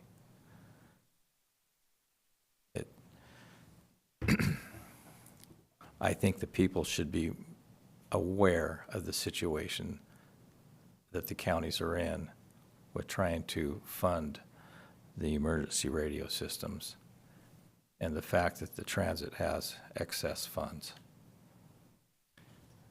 They were voted in years ago, and I think it's just time to make an adjustment. Otherwise, it looks like the only other possibility is to continue to tax the citizens, and I am not in favor of that. And I find it actually disgusting that the board can't at least put it out to the public to let them vote. Because ultimately, it is the taxpayers that's going to be paying for it, and they should have the vote. Thanks, Chair. And the only other thing, just wanted to thank the PA's office for their work on the sheriff's vehicle and trying to explain that and get all the information to us. So thanks, Sean, for that. And thanks to Nancy and Chris for coming, so that they gave a nice presentation. So I've been working to get that to you guys. So that's all I've got. Thank you. Commissioner Bauman. Thank you, Mr. Chairman. Been a busy 2 weeks, and several things I was excited to share with. I wanted to call out our County Assessor, John Rosenau. I've had a number of our constituents in Franklin County reach out to me over the last number of months and have reached out to John and asked if we could meet with him. And so I have met with John and the different constituents. And every time, John has gone above and beyond to be helpful. And John, so thank you. Thank you for what you do for Franklin County and what your representation is. I've had the opportunity to watch you in action firsthand. And while none of us like to pay taxes, it is a necessary part of the way our system works. And really appreciate your diligence in presenting well. And so really appreciate that. So had one of our big taxpayers in Franklin County, in fact, made the top 10, reach out to me and was concerned about some of the things. So sat down with John for an extended period of time, and John very carefully laid out what it was, and in the end, the taxpayer was satisfied and appreciated the efforts that he had gone to. So just really appreciate that, John. It's refreshing to see somebody with your zealousness for serving the people. So thank you so much. Had a Benton Franklin Council of Governments meeting where we had the climate action plan was discussed, and some of the mandates that are coming down to us from the state. It's something I'm not real familiar with yet, but I am working diligently to learn, and appreciate Derek being there, and Derek was much more up to speed than I was, and appreciated his input in that meeting. Ben Franklin Transit Board meeting, and our last meeting was really interesting. I worked diligently to try to understand the packet and really dug in, asked quite a few questions there, and something that just really stood out to me that I still can't wrap my mind around. I'm still trying to get more information on. But from 2021 to 2024, in our packet, it was the operation and maintenance cost. And in rounded numbers, in 2021, the operation and maintenance of BFT was $36.8 million.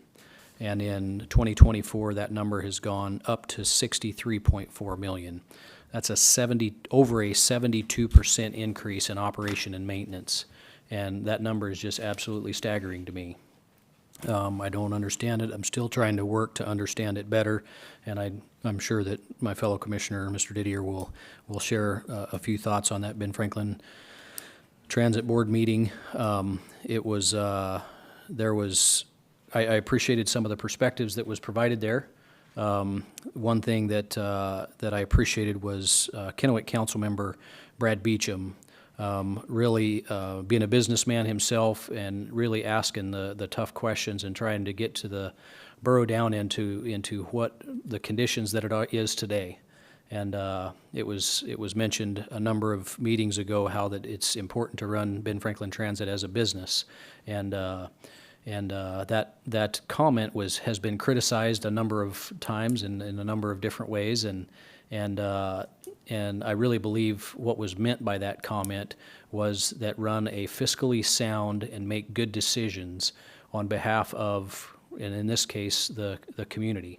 And I really appreciate, as I'm coming new on that board, watching and listening and learning, appreciate some of the perspectives that I've seen there, including Mr. Didier, so thank you for that. Also, agenda meeting with staff here, city council meeting. Yesterday, really enjoyed my time here at the courthouse.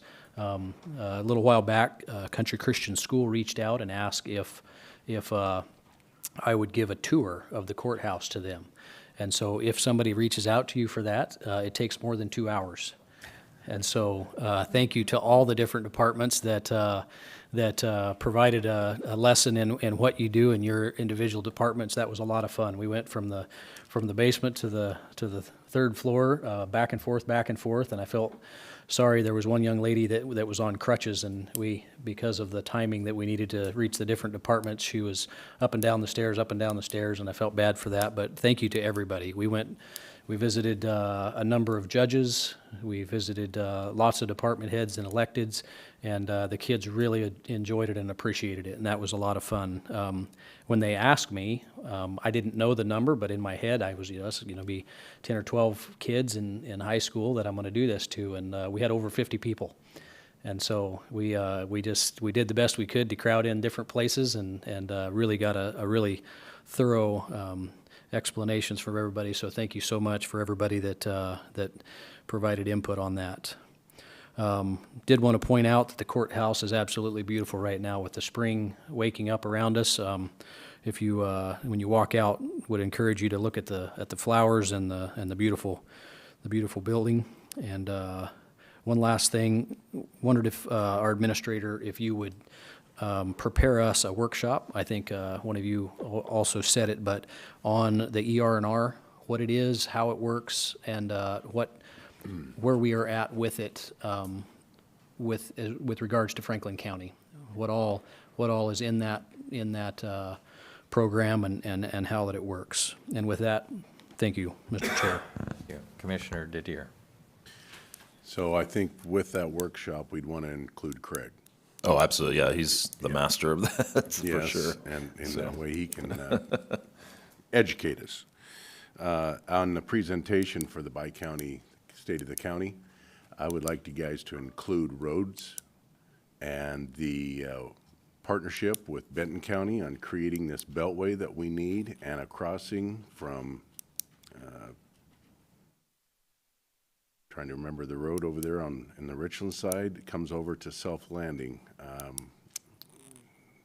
The road that I'm thinking of, George can help me out over there in Richland. I can't remember. I think it's Saint or some one of those. I'll think of it here in a minute, but there's a crossing there that has been considered, and we need to really look at trying to get those funds from the state and the feds to get that crossing on that river, which would take a lot of traffic away from I-82. And in doing so, we could create that beltway around the Tri-Cities so that we're not jamming up our streets in the cities. And that's the problem that we have right now, is we have a lot with the big buses that are running, and I'm going to get to that. But I'd also like to comment on Miss Ochoa, who came up for public comment. I seen her out there at Merrill's Corner, and she was where all these cats used to be. And I pulled up there and I talked to her, and she told me then what she was doing, and I asked her to please come to the meeting and present. And in our agenda meeting, I asked about our funds, and is there any of our funds that could help out this humanitarian thing that she's doing. And she's doing a wonderful thing, because there used to be like 30 cats up there at Merrill's Corner, and somebody would go and I've done it, buy a bag of cat food, go out there and feed the kittens and the cats, but we're just adding to the problem because they just keep multiplying. She's got the right answer. We need a spay and neuter, cost-effective means of these animals and then relocate them. So I just applaud her and thank her for what she's doing. She's doing a humanitarian service for our county. And yes, we are the dumping ground, because every dog my wife and I have had has been dumped. And one of them was shot. Wow. And we nursed it back to health, and it was a dog for a lot of years for us. But it's a cruel world out there, and we do got to find a means of tackling this problem, because we are a dumping ground. Had the agenda meeting on Monday, and then I met with City of Pasco yesterday, which was a very good meeting. But last Thursday, we did have our Ben Franklin Transit meeting, and you know, it's very upsetting, because the untruths that are being told at these meetings, and I've had people calling me about these untruths, and that is that we're going to take away dial-a-ride. We are not taking away dial-a-ride. We are utilizing the dial-a-ride drivers that show up. And this last meeting, it was presented that 27 people were on leave. Now, some of them are for unknown reasons. Some are on vacation, some are sick, but 27 drivers aren't showing up. When you take 27 out of 80, you're leaving the other people with a lot of work. And therefore, we're not getting the people moved in the Tri-Cities that need a ride, assisted ride. They mean that they're in a wheelchair or whatever, elderly. And so we, the board, sided with our general manager at the time, Michelle, and we got VIA hired to fill in for when dial-a-ride fails to be there for these people. And it's working. The next month, everybody showed up for work. And we're dealing with a union. I was part of a union. one time. We're dealing with a union, and they have their tactics, and they're utilizing them. And they're looking for a substantial, I can't tell you how much they're asking for, but a substantial COLA increase.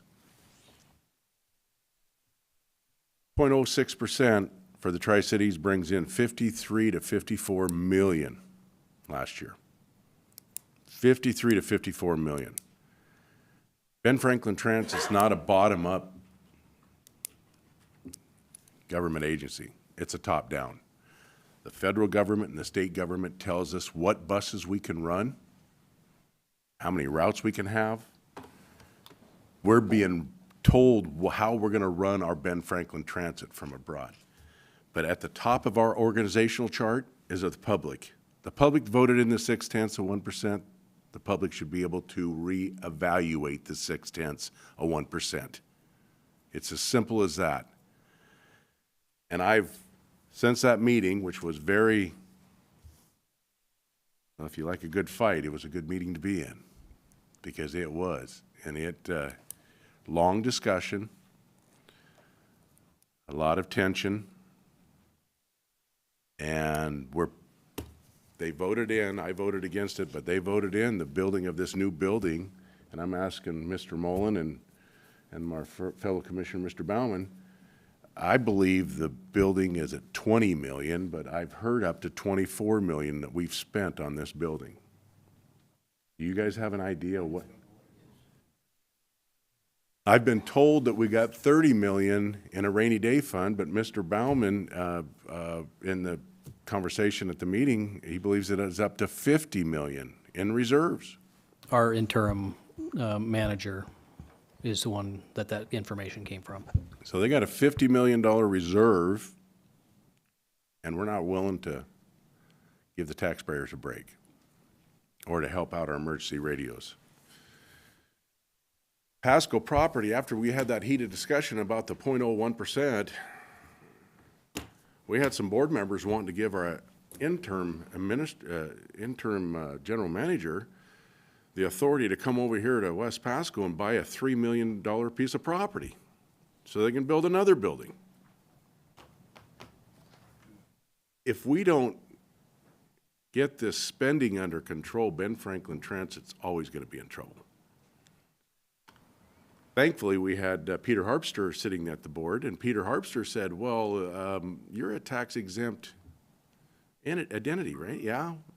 Well, that means we won't get any tax money out of you if you go buy that piece of property. We're looking for taxability and the money to come to Pasco to help pay for all the services that we're providing. And when we have tax exempt, such as the water park and then Ben Franklin Transit and the building of another building, you can see we're not going to get anything under control here until we start pulling the teeth, and that's the funds. Tax increases are put on the people in small increments, and they can be taken away in small increments. They're telling us that this 0.1% of 1% would only save an individual $20 a year. Funny how they know how much an individual spends on purchasing during the year, but they think they got it all figured out. So we are dealing with a top-down agency. And honestly, I think we have the best chance that we got right now with this board. But I'm going to ask my other commissioners to start looking into what I've started looking into. We are the Ben Franklin Transit. And I'm thinking that maybe Franklin County needs to go our own way. We've dissolved other agencies, Clean Air Authority, some other agencies. I figured that our 0.6% of 1% in Franklin County would approximately be about $18 million. I think we could hire VIA to transport all the Franklin County people and save a lot of money. I think we could lower our taxes to 0.03%, take it down to $9 million. There's no reason we couldn't move the people of Franklin County efficiently to Benton County, where they can get a ride on the free Benton County Transit. If they want to give everything away, by God, we need to take advantage of it here in Franklin County. So this is what I'm proposing. Maybe you ought to start looking at that. And I'm saying in the open public meeting because it's an open thought. I think it has some justification, and we could look into VIA and what their costs are. They have incredible vehicles for a handicap. They have it all covered. It's a private sector business. We're locked in on the costs if we make that move. But I'm just suggesting it. That's the end of my report. Thank you. So I had the Greater Columbia Mental Health meeting last 2 weeks ago. Met with the county prosecutor over the inter-budget transfers and the correction of that. HAPO cleanup update. How is the cleanup going at HAPO? So we've got a work crew that did some work yesterday, as a matter of fact, and we're working with Booker to schedule like a comprehensive cleanup. Working with the sheriff's office, scheduling a date here in the near future with the posse to get out there, and had some really brief talks with Commissioner Baumann about having perhaps a day of service, whether that's staff or the public. So we've got to figure out what that's going to look like. But so it started. There's a lot of junk out there, and it's been over a decade of things. It's just sort of become, I don't want to say a dumping ground, but it's been a place to put things that don't necessarily have a space. So it's not necessarily garbage. It's sort of like, here's a fan. We're going to put it in one of the stalls. So there's a lot to remove, but Sounds work like has auction begun. Yeah, sounds like a good time for an auction. Yes, sir. All right, had the agenda meeting with Mr. Gonzalez. The OPD counts that Mr. Gonzalez talked about earlier is a definite load that's going to be put on all the counties in Washington State. And again, as far as discussing the transit, I think Mr. Didier has a good thought, because either we need to start working together on the transit and come up with something that is acceptable to everybody, or we're going to have to start looking at different alternatives, because I don't think it's fair for the taxpayers to not to have a voice in how their tax dollars are being spent. And like I said before, with this emergency radios coming on, it's going to be an extreme ask, and it is absolutely necessary. And it should be up to the people of Franklin County to decide, hey, do I want to spend my money, all my tax 0.6% on the transit, or do we look at possibly giving 1/10 of 1% of that to the emergency radio systems for your public safety? Because when you come in a time of need and they can't adequately get the services to you, you'll be, in my opinion, you think, well, it would be money better spent, especially when you look at the excess of funds that the transit has in their emergency rainy day fund. So that concludes. Commissioner Mullen? Yes. So if I may ask our legal department if they wouldn't mind looking into that about the Ben Franklin Transit, and are we obligated to be part of that? Will do. Thank you. Administrative office business, Mr. Gonzalez. None today, sir. All right, moving on to public comment. Is there anyone in the room for public comment? If so, please state your name.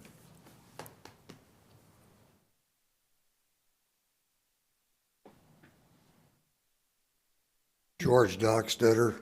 One of the things that was brought up by Commissioner Baumann on the workshop, some of these workshop items that you're going to be going over, I've been to some of the city council workshops, and sometimes 2 minutes isn't enough time for a person to get their point across on something that's specific to what they're interested in. And I think you might want to consider allowing a little more time.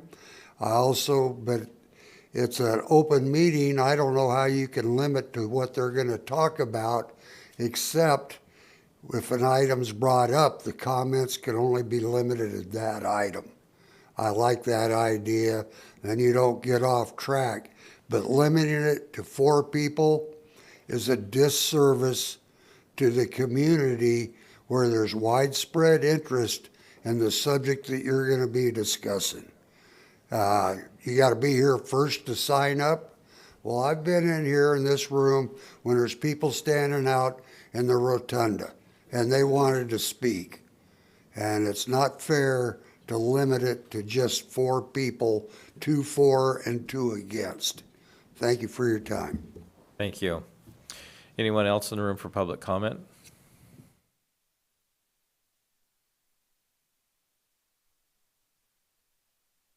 Hello, Commissioners. Good morning. Glenn Stockwell, Washington State Economic Development. I'm coming for you today to give you a short update. On Monday evening, I went to the city of Spokane and gave a proposal, and I have that proposal here in writing for you to review, and just to keep updated on it. I did make a proposal and told them that I could save them $50 million on their solid waste project, and if they would reach out to the mayor of Seattle, I could show them how to save $150 million. The projects that were put in years ago, I was one of the main people that did it, and that was 30-some years ago. It's time to look at the problems and update the answers to them. But anyway, I would like to know, I had made an offer to Commissioner Bauman about a salmon project down at the port. I would like to know if they have any interest in that or not, and where that stands. And then I had asked for a letter, and I was wondering where that stands, whether you're going to issue that letter or not. So I'd like to thank you for your time. And on the back of this document here, you'll see there's a building here. I'm in the process of buying a building in Spokane for Washington State Economic Development. And so I'm getting the same building that I had in 1988 when I put the solid waste projects together for the Spokane and also Seattle. So I'd like to thank you for your time. All right, thank you. Anyone else in the room for public comment? Do we have anyone on the phone? So caller, please state your name, and you have 3 minutes. Thank you.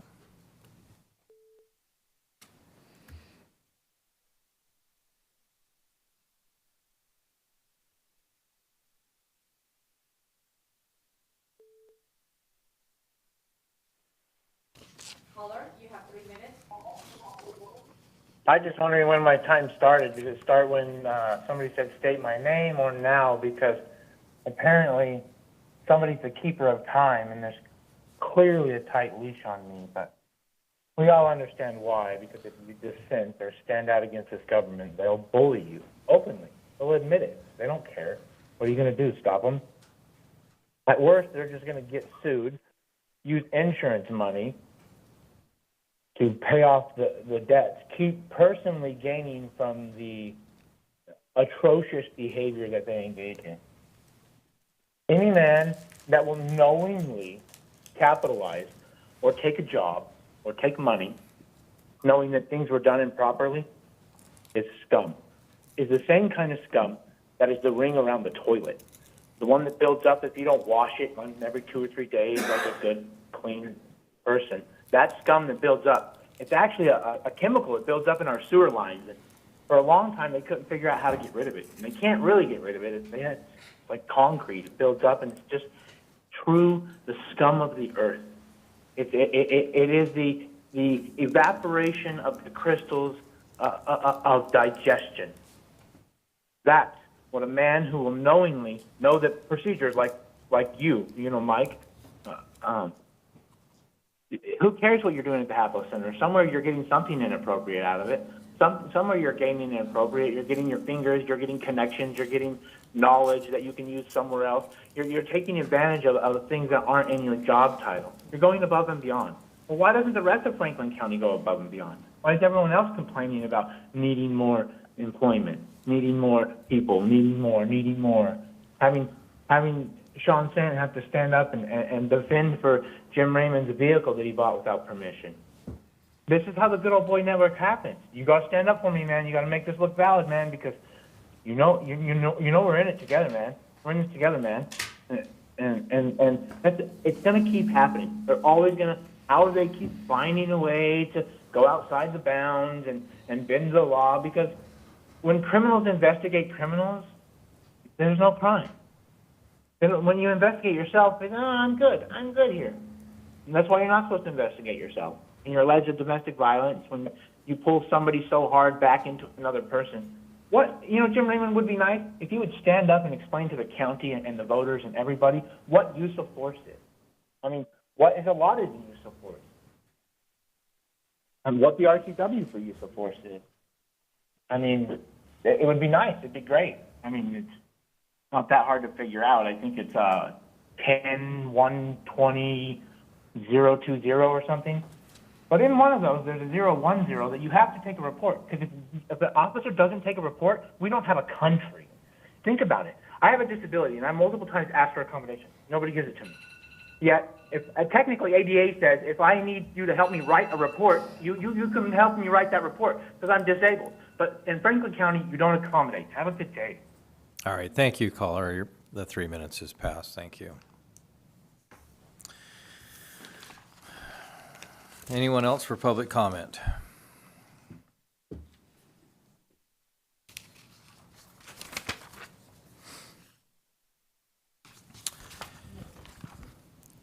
Do we have any need for executive session today? Yes, we do, and Sorry. Jeff Briggs will announce that, sir. Yes, Oh, excuse me. I would like to ask for executive session under RCW 4230-110-1I for 10 minutes, and this is separate and apart from what you have in mind. okay. Well, we can, I guess, combine those under the same RCW. We will need myself, Mr. Sant, Mr. Stover, and at least for the first executive session, we'll want Mr. Erdman present, but then he can be excused. But there are several items we need to discuss. And I would ask for, being really optimistic here with 45 minutes. Probably have to extend that. Make it an hour total. Okay. All right, at this point, we'll go into executive session for approximately 1 hour, asking for legal and Mr. Erdman and the full Board of Commissioners and County Administrator Michael Gonzagas. I would ask for a 5-minute recess. Yes, let's take a 5-minute recess, and then we'll go into executive session. Yeah, I think she's got some.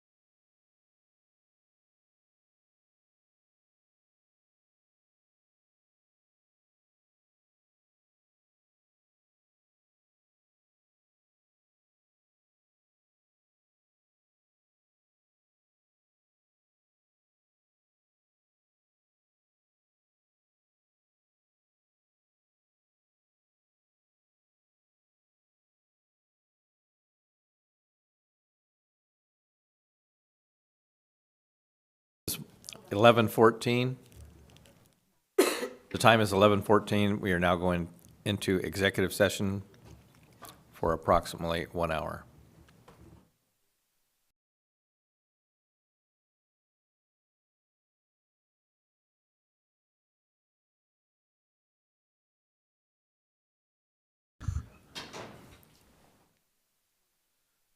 In reference to RCW code 4230110-1I. Thank you.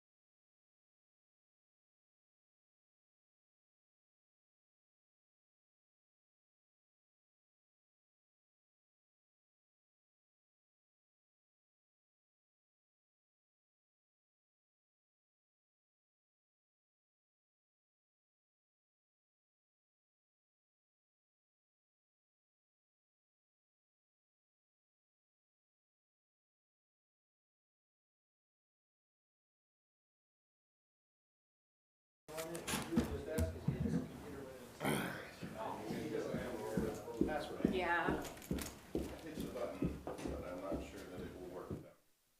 We'll have to set up a tool with IS so your computer remains open past the 20.